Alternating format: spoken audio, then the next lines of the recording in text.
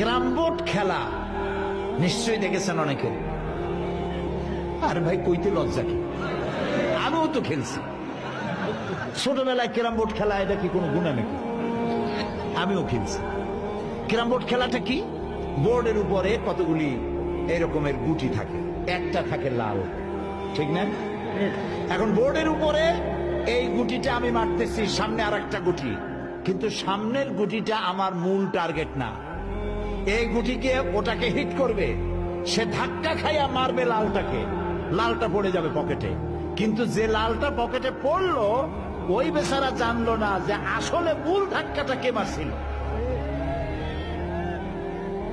কাজে এই যে যুবক পোলাপানগুলি ইসলামের জন্য জীবন দিতে, জীবন দেওয়া সহজ ব্যাপার না।